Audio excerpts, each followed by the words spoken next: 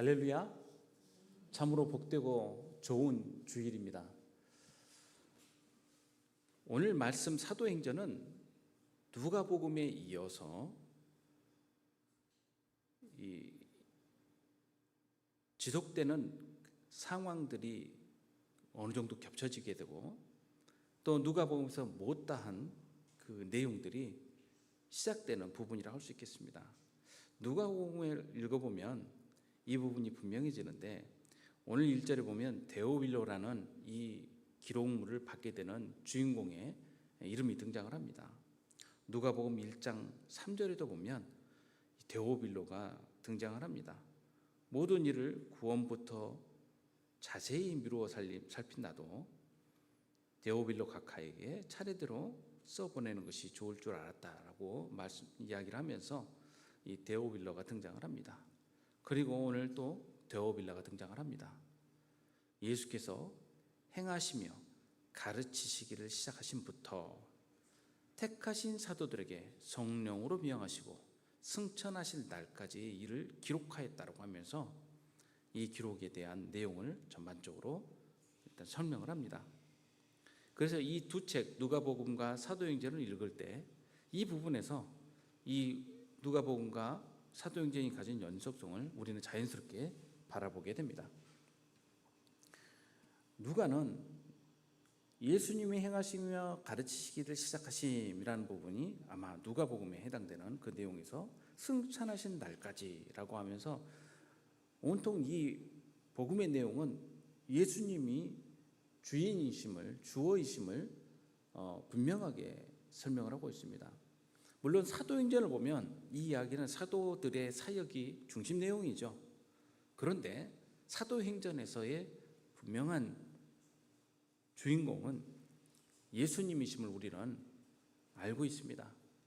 마치 그림에는 등장하지 않지만 두 제자의 이야기, 그 그림 안에 예수님께서 그들과 함께 동행하고 계심을 보는 것처럼 말입니다.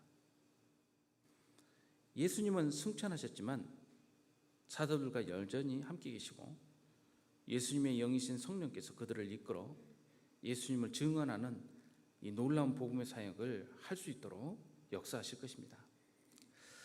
그가 택하신 사도들에게 성령으로 명하시고 승천하신 날까지의 일을 기록하였노라 라는 이 구절을 읽으시면 어떤 생각이 드십니까?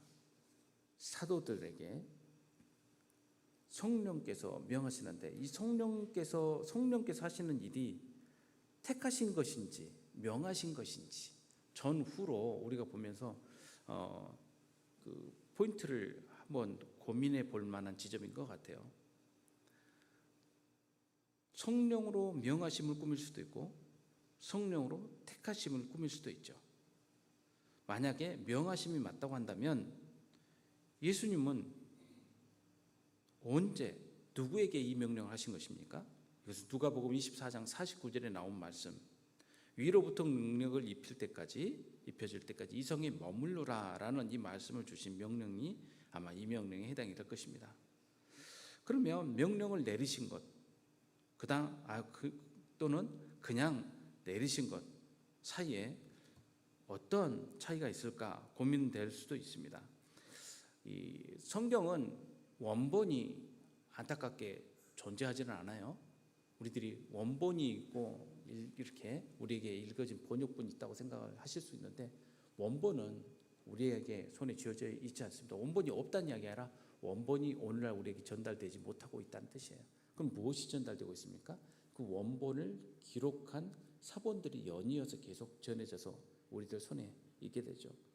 그 사본들 가운데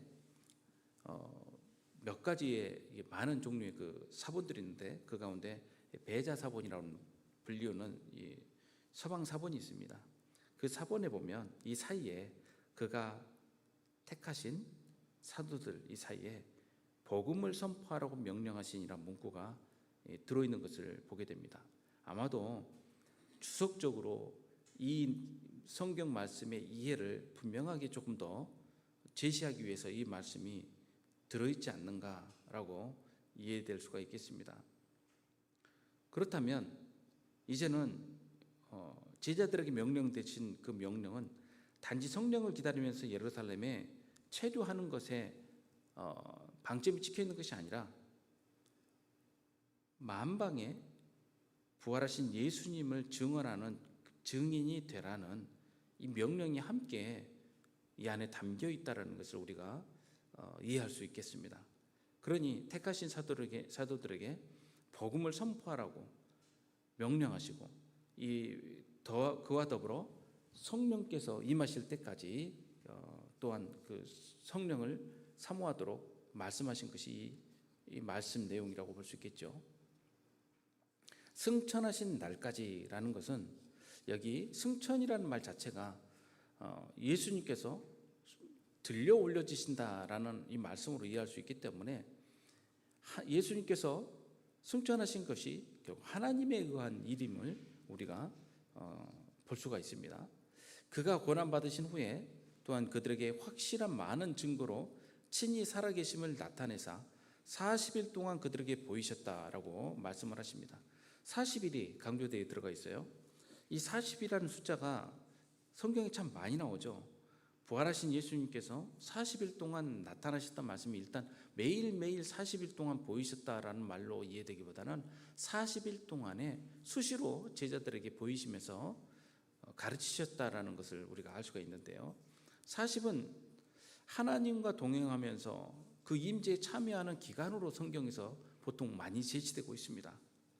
그리고 훈련을 받는 기간으로도 40이 많이 제시되죠. 이스라엘 백성들이 광야에서 겪게 되는 기간이 40년이고 또한 이스라엘 백성들이 정탐하기 위해서 가나안을 돌았던 기간 동안 이 기간에 해당이 되지 않겠습니까? 또한 심판의 형벌을 겪는 기간 또한 이 40일이에요. 40과 관련이 있습니다. 예수님께서는 6월절부터 3일 후 부활하셨고 그로부터 40일 후에 승천하셨고 그로부터 일주일 후에 성령이 강림하십니다. 누가의 이야기에서는 이런 시간의 흐름이 자연스럽게 이해되게 되는데요. 몇 날이 못 되어서 성령을 받으리라 라는 예고 역시 그 흐름과 조화를 이루고 있습니다. 예수님께서 40일 동안 나타나셨다라는 말씀은 한두 번 제자들이 그리움 가운데 예수님을 만나 뵈었다는 정도가 아니고 예수님의 부활하신 그 모습이 진실로 역사적으로 사실이었음을 증거하는 그 증언으로 기록되고 있는 것입니다. 그리고 이 40일 기간에 하나님의 일, 하나님 나라의 일을 말씀하시니라는 일에 관하여서는 우리는 어떻게 이해할 수 있을까요? 첫 번째로는 많은 증거로 부활을 증언하셨다는 것입니다. 친히 살아계심을 나타내신 것이 바로 이 부활의 증거를 보여주시기 위한 40일간의 하나님 나라의 일입니다. 그리고 이 일을 통하여 또한 선언하신 것은 하나님 나라의 도래입니다. 십자가 고난을 받으신 후에 예수님께서 자신의 부활을 많은 증거로 확신시키시면서 강조하신 내용이 바로 하나님 나라의 일이죠. 또한 제자들도 바로 이 뒤에 이스라엘 나라의 회복을 묻는데 이것 또한 하나님 나라와 관련된 일이죠. 그리고 그 다음으로는 성령의 임하심입니다. 사도들은 부활하신 예수 그리스도로부터 예루살렘을 떠나지 말고 아버지께서 약속하신 것을 기다리라는 명령을 받게 되는데 이것은 성령 세례 때문에 그렇습니다. 바로 성령의 임하심을 나타내시고 또 이루시기 위해서 하신 일이 바로 하나님 나라의 일이죠. 성령의 도래는 하나님 나라의 일과 분명하게 뗄 수 없는 관계를 가지고 있는 것입니다.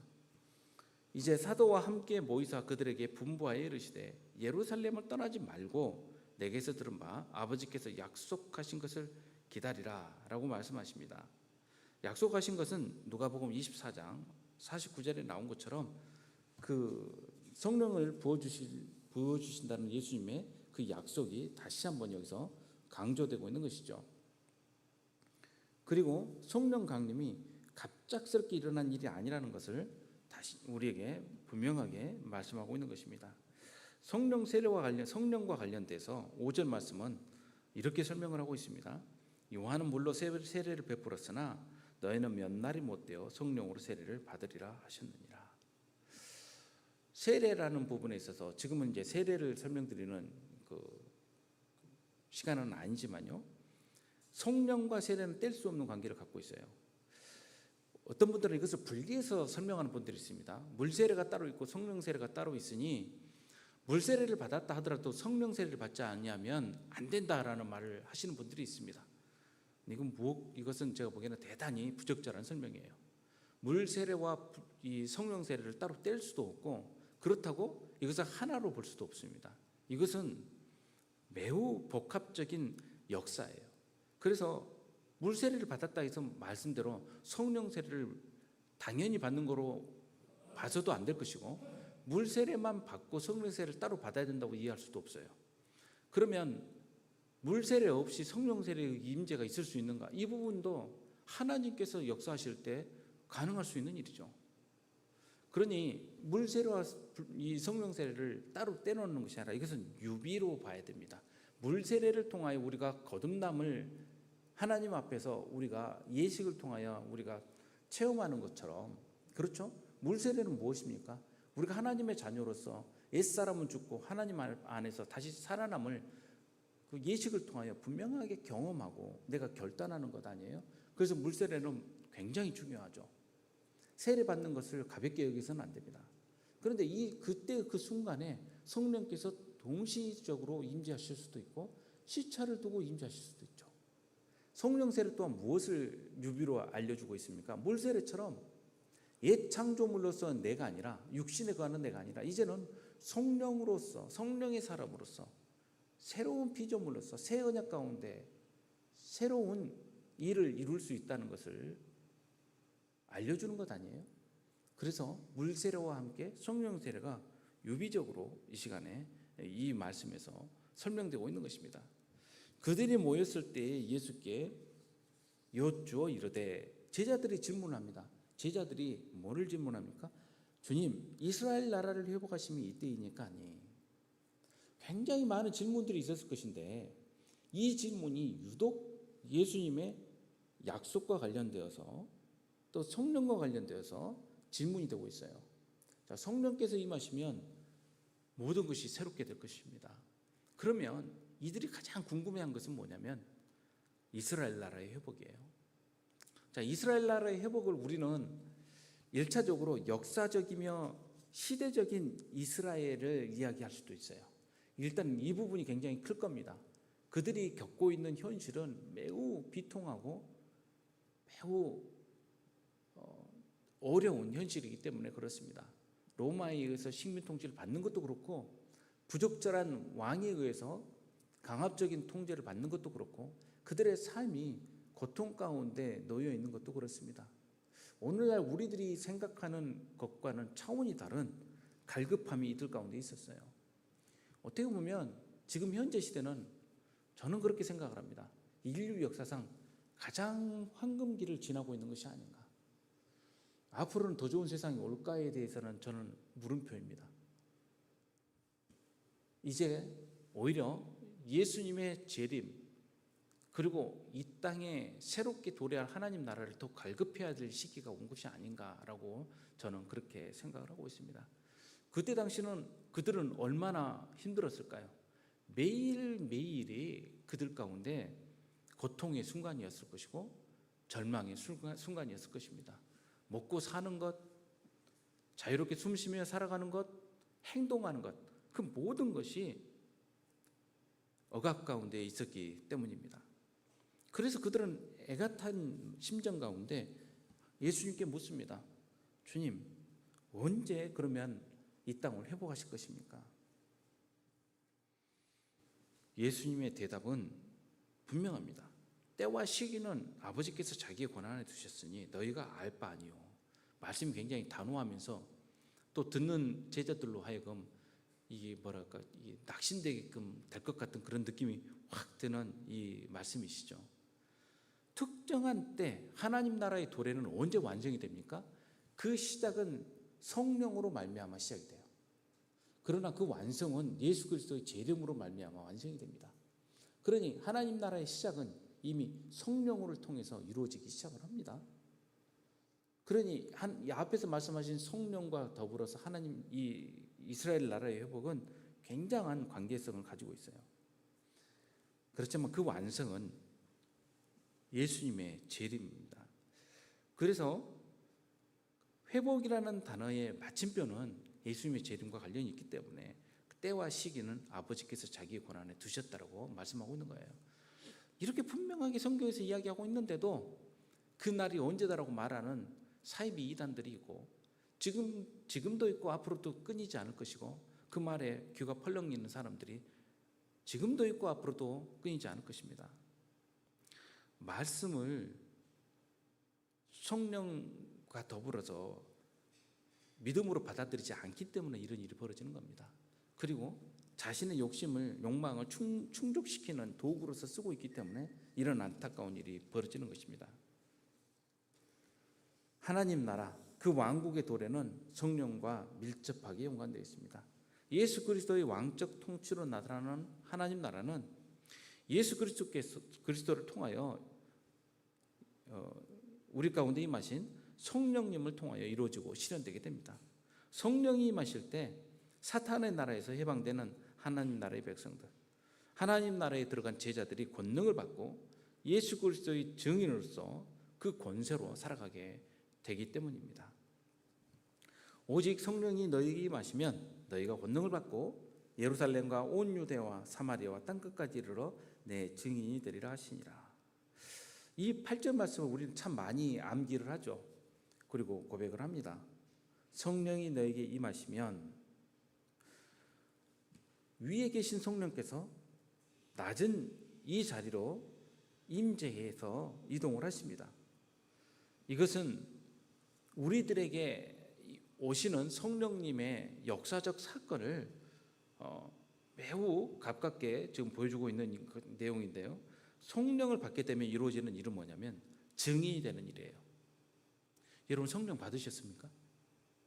내가 성령을 받았는지 안 받았는지 궁금한 분들이 많아요. 그래서 성령 받았는지를 뭐로 물으시는 분들이 많냐면 방언, 그리고 또 뭐 치유 사역, 그리고 어떤 뭐 능력, 이것으로 자꾸 묻는 분들이 계세요. 놀라운 일들을 하시는 분들 가운데, 성령의 일을 하시는 분들 가운데 방언 못 하신 분들이 상당히 있으세요. 그럼 방언 받으신 분 손 들어보세요. 안 할게요. 그것 가지고 애타하지 마십시오. 물론 방언을 사모하고 받는 건 좋은 일입니다. 그런데 우리가 이해하는 방언의 역사보다 성령께서는 조금 더 디테일하게 말씀하시는데, 모든 방언의 역사에는 항상 통역의 역사가 같이 있어야 돼요. 그래서 방언이 혼잣말로 교회에서 이루어지는 것을 대단히 성경에서는 부적절하게 이야기를 하고 계세요. 개인 기도로서 이루어지는 방언도 있지만 공중 가운데 함께 이루어지는 방언에는 꼭 통역이 있어야 된다라는 부분이 성경에서 강조되고 있습니다. 저도 그렇게 이해를 하고 있습니다. 물론 같이 공중 기도하다가 방언하는 것 자체가 안 된다, 절대 해서는 안 된다 이런 말씀이 아니라, 그것이 그 기도로서 공중 공회에 우리 공동체에 들려지게 될 때는 꼭 이해될 수 있는 통역이 함께 이루어져야겠죠. 꼭 분별할 수 있는 부분도 있어야겠죠. 근데 제일 중요한 건 뭐냐면, 성령이 임하실 때 이루어지는 성령 받은 사람의 역사는 뭐냐면 예수님의 증인이 되는 거예요. 내가 예수님의 증인으로서 삶을 살아가고 있다라고 한다면 이것은 성령의 역사입니다. 그러나 내 삶이 아직 그렇게 움직임이 되고 있지 않다는 것은 내 안에 계신 성령님을 슬프게 하고 있다는 것을 기억해야 됩니다. 그러면 내가 성령 못 받은 거다가 아니라, 그런 마음 가운데 갈등이 이루어지고 있다고 한다면 그건 성령의 역사죠. 그럼에도 불구하고 움직이지 않고 있다는 것은 내 안에 계신 성령님께서 슬퍼하고 계시기 때문에 그 일로 말미암아 이 사역에 우리가 마음과 몸을 함께 들여져야겠죠. 성령을 받으면 우리는 증인이 되는 것입니다. 그래서 하나님께서 우리를 증인으로서 우리를 보내신다는 말씀과 약속이 바로 이 성령이 임하시면이라는 이 전제에 해당되는 내용입니다.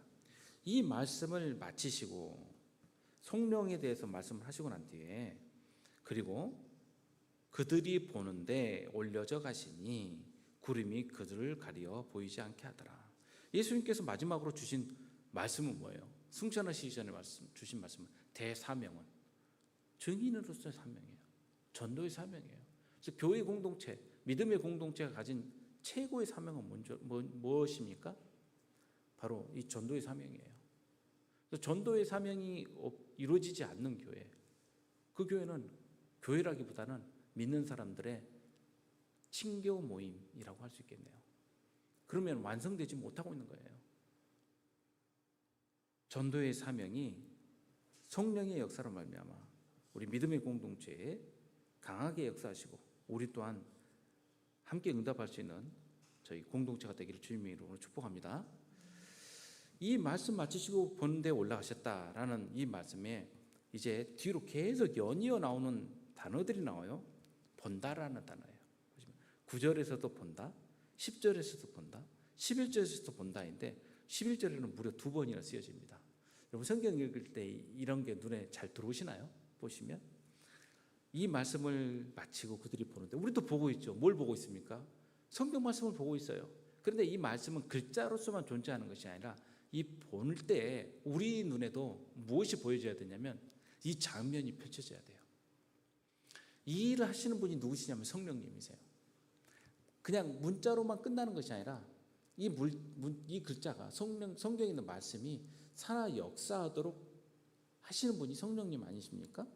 그들이 보는데 그럼 우리도 따라서 시선이 같이 움직여야겠죠. 그래서 본다라는 말은 주의 깊게 본다는 거예요. 그리고 주의 깊게 본다는 것은 뭘 말하냐면 현상을 이해한다는 뜻이에요. 이걸 그냥 보고 끝나는 것이 아니라 이게 보는 것이 이해되게끔 이루어지고 있는 일이에요. 그들이 보는 가운데 올려져 가고 계십니다. 예수님의 승천 사건은요, 성령의 임하심과 밀접한 관련이 있어요. 하나님 나라와도 관련이 있죠. 예수님께서 위로 올리시는 이유는 성령 때문에 그렇습니다. 예수님께서 하늘 보좌로 가셔야 성령이 이 땅에 임재하시는 겁니다. 그 전에는 드문 하나님의 선택에 의해서만 이루어지는 일이었지만 이제는 보편적으로 예수 그리스도를 구주로 고백하는 모든 이들에게 성령께서 임재하실 것입니다. 이것은 하나님 나라의 이 땅 가운데 확산과도 관련이 있죠. 그래서 성령 받은 사람이 전도를 하는 것은 무엇과 관련이 있는 거예요? 하나님 나라의 도래와 관련이 있는 거예요. 하나님 나라를 이 땅 가운데 임하도록 하는 일에 함께 참여하는 것이 무엇입니까? 전도예요. 그래서 전도는 단지 우리 교회 와보십시오 정도가 아니라 내가 경험한 하나님 나라가 무엇인지를 그들에게 선언함으로써 그들 또한 하나님 나라를 갈망하게끔 만들도록 하는 거예요.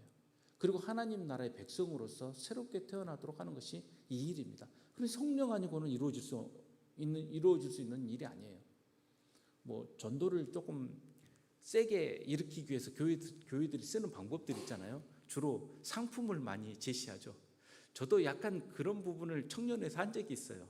하도 전도 안 하고 얘들이 삔질삔질하니까 제가 이번 학기에 전도한 친구는 내가 아이패드를 주겠다고까지 했습니다. 전도왕 일단 1위가. 나 같으면 그럼 막 전도 하루 다닐 줄 알았어요. 안 하더라고요. 아이패드 갖고는 안 움직이더라고요. 내가 보니까. 예, 그거 다 손에 하나씩 들고 댕겨요 이미. 그래서 그거 하나 더 받는 것이 뭐 그렇게 대단한 일이 아닌 것 같아요. 나는 더 뛰어다닐 것 같았는데 그렇게 못 하더라고요. 그거로 실패구나. 성령의 역사가 아니고는 이루어질 수 있는 일이 아니죠. 증인이 되는 것은요. 그래서 보는데 이들이 보고 있는데라는 사건은 예수님의 승천 사건은 성령과 관련이 있고 성령을 보내시기 위해서 예수님께서 올라가시면서 성령을 보내실 수 있는 영광을 취하시기 위해서 올림 받으신 것이죠.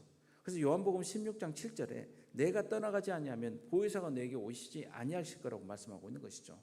그리고 이 사도행전 2장에서도 보면 베드로가 이렇게 이야기를 합니다. 이 예수를 하나님이 살리신지라 우리가 다 이 일의 증인이로다. 하나님이 오른손으로 예수를 높이심에 그가 약속하신 성령을 아버지께 받아서 너희가 보고 듣는 이것을 부어주셨느니라. 성령의 임재는 예수 그리스도의 승천과 굉장한 관련이 있는 것이죠. 예수님께서 하나님 우편에서 높임을 받으실 때 그 영광 가운데 성령께서 우리들에게 부어주신 거예요. 그 영광을 주목할 때 성령의 임재와 역사가 우리 가운데서 강하게 역사하시는 것이죠.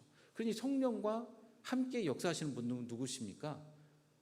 성부 하나님과 성자 예수님이죠. 이 말씀 베드로의 증언 가운데 나오잖아요. 아버지께 받아서 예수님께서, 우편에 계신 예수님께서 부어주시는 거예요. 그래서 성삼위 이 세 분께서는 하나의 역사, 이 사역과 일을 하십니다. 그분은 삼위는 한 분이신 것이죠. 높아지신 예수님께서 우리에게 부어주신 약속하신 성령님, 스스로 올라가신 것이 아니라 하늘에 성부 하나님에 의하여 올려져 가신 예수 그리스도를 말씀하고 있는 거예요. 예수님의 승천은 하나님에 의한, 성부 하나님에 의한 영광스러운 승천임을 분명히 나타내 보이고 계시는 것이죠. 자, 이 보는데라는 말씀과 더불어 또 올라가실 때 제자들이 자세히 하늘을 쳐다보고, 좀 어떻게 보면 좀 저는 웃음도 나와요.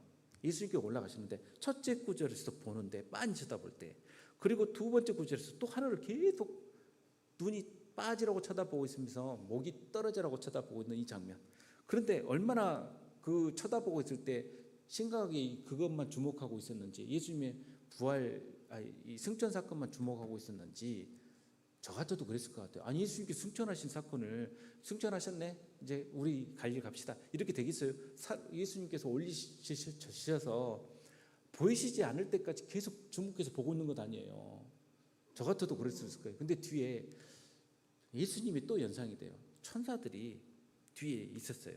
흰 옷 입은 두 사람이 그들 곁에 서 있었어요. 근데 모르고 있은 거 아니에요. 하늘 쳐다보고 있는데 옆에 천사가 있는데 모르고 있는 거예요. 그 천사들이 뒤통수를 툭툭툭 치면서 그러냐, 아유, 이제 그만 봐, 이제 끝났어. 그거 아니에요. 예수님께서도 그 부활하실 때 그 여인들 뒤에서 많이 쳐다보고 있을 때 뒤에서 그러잖아요. 뭐 보고 있어? 이런 거 아니에요. 그만, 이제는 시선을 바꿔야 될 때 아니에요. 확인했잖아요. 그 자리에 머물러 있으면 안 되잖아요. 변화산에서 베드로도 마찬가지잖아요. 예수님께서 엘리야와 모세와 함께 대화하시고 난 뒤에 그 장면이 이제 마무리가 되고 있는데, 베드로는 막 정신없는 이야기 하잖아요. 이 자리에다 이제 천막 치고 여기서 머물러 삽시다 이러잖아요. 이제 그때가 아니죠. 내려와야 될 때고 시선을 돌려야 될 때죠. 쳐다본다는 여기서 말은 또 헬라어로 좀 달라요. 자세히 시선을 고정시키다예요. 앞에서는 확인을 했고, 확인을 했으면 이제는 이해가 됐잖아요. 근데 예수님께서 이제 하늘에 이미 올라가셨어요. 근데 빈 하늘을 계속 주목해서 시선을 쳐다보고 고정시키고 있는 거예요. 불필요한 일 아닙니까? 이제는 예수님께서 이제 승천하신 거잖아요. 그런데도 빈 하늘을 쳐다보고 있을 때가 아니라 이제는 어쩔 때요? 도래하실 예수님을 기대하면서 이 땅 가운데 사역을 해야 될 거 아니에요. 갈릴리 사람들아 어찌하여 서서 하늘을 쳐다보느냐, 화들짝 놀랐을 것 같아요. 갑자기 보고 있다가 깜짝이야 하면서 뒤돌아봤을 것 같아요. 그때 쳐다본다라는 이 단어는 앞에서 봤던 이 단어하고 똑같아요. 볼레포라는 단어인데 이것 또한 이해한다라는 뜻이에요. 다 끝났잖아. 다 무슨 일인지 알잖아 이제 너희들. 그런데 왜 시선을 위에 고정시키고 있어? 너희 가운데 하늘로 올려주신 이 예수는 하늘로 가심을 본 그대로, 여기서도 또 봤다라는데 이 봤다라는 단어는 세아오마이, 헬라어로 뭐냐면 경이로운 것을 볼 때, 놀라운 것을 볼 때 일어나는 일이에요. 이제 그 놀람 가운데 머물러 있지 말고, 이 놀람 사건이 끝난 것이 아니야. 이 놀라운 일이 다시금 재현될 것인데 언제예요? 오실 때예요. 그렇죠? 그래서 보인다라는 말씀, 이 단어가 이렇게 계속 반복적으로 쓰여지고 있다는 것은 예수 그리스도의 부활에 대한 목격을 강조하는 거예요. 그래서 본다라는 말씀이 복음서에서 상당히 강조되고 있고, 누가에서 굉장히 더 강조되고 있고, 사도행전에서 이 구절에서 또 반복되고 있는 것입니다. 40일 동안 예수님께서는 제자들에게 보이셨죠. 그리고 그들은 이미 그 부활의 사건을 목격하고 났어요. 그럼 이제 뭐가 이루어져야 돼요? 증언자로서의 사역을 명받은 거예요. 그 제자들이 받은 증언자로서의 명은 예수님께서 부르주신 성령과 더불어 이미 시작됐어요. 그리고 오순절 때 임재하실 성령은 아낌없이 모든 이들을 사도들처럼 예수 그리스도의 사역을 담당할 사람으로서 그런 제자로서 삼으시는 역사가 이루어지게 되는 일임을 알려주고 계시는 것이죠. 사도들의 일이 따로 있고 목사들이 하는 일이 따로 있고 집사들이 하는 일이 따로 있고 장로들이 하는 일이 따로 있고 이런 것이 아니에요. 예수님께서 말씀하신 이 사역은 우리 성령 받은 우리 모든 이들이 감당해야 될 일들이에요. 그래서 예수님의 승천이 육체적 부활의 모습 그대로 승천임을 강조하고 있고, 이 승천은 부활 영광이 훨씬 우리 온 이 지상에 나타나는 그러한 역사임을 또한 알려주고 있는 것입니다. 예수님께서 가신 곳은 어디입니까? 하늘이죠. 우리는 이 하늘이라는 단어가 물리적 세계 안에서의 하늘이라는 것이 아니라는 것을 이제 이해를 하고 있어요. 우주에 가서 하나님을 찾는다고 우주에서 보입니까? 하나님이? 여기서 말씀하는 하늘이라는 것은 무엇입니까? 하나님 나라를 이야기하는 것이죠. 예수님께서는 하나님의 나라, 하나님의 영광 가운데 계신 분입니다. 올려주신 예수님의 승천은 계속 수동적으로 반복되고 있습니다. 이것은 예수님께서 그 높으신 가운데 계신 예수님께서 스스로 얼마나 이 땅 가운데 비천함 가운데 낮아지셨는지를 우리에게 보여주시고 들려주시는 말씀이라 할 수 있겠습니다. 이제 우리는 우리의 시선을 하늘에서 고정시키는 데서 이제 시선을 옮겨야 됩니다. 이전에는 땅만 보고 살았죠. 이제 그 역사 가운데 하늘을 보게 되었죠. 그러면 이제 우리 시선은 무엇을 향하여 가야 됩니까? 증언자로서의 삶, 우리가 약속받은, 우리가 명령받은 그 자리를 향하여 시선을 옮겨야 될 때입니다. 예수님께서는 진실로 부활하셨고 승천하셨습니다. 그리고 또 그 약속 가운데 이 땅에 도래하실 것입니다. 이제 우리의 시선을 성령님의 말씀에 따라서 우리의 시선을 옮겨야 될 때입니다. 우리 사역의 방향 또한 분명하게 제시되어야 될 때입니다. 이제 곧 오순절이 다가옵니다. 성령의 임재는 단회적 사건으로 끝나는 것이 아니라 우리 안에서 계속적으로 이루어지고 있는 사건입니다. 오늘 이 시간에도 성령께서 주시는 역사로 말미암아, 이 말씀의 능력으로 말미암아 예수 그리스도의 증언으로 우리 함께 힘있게 살아가는 저와 여러분들 되시기를 주님의 이름으로 축복합니다. 다 함께 기도하겠습니다.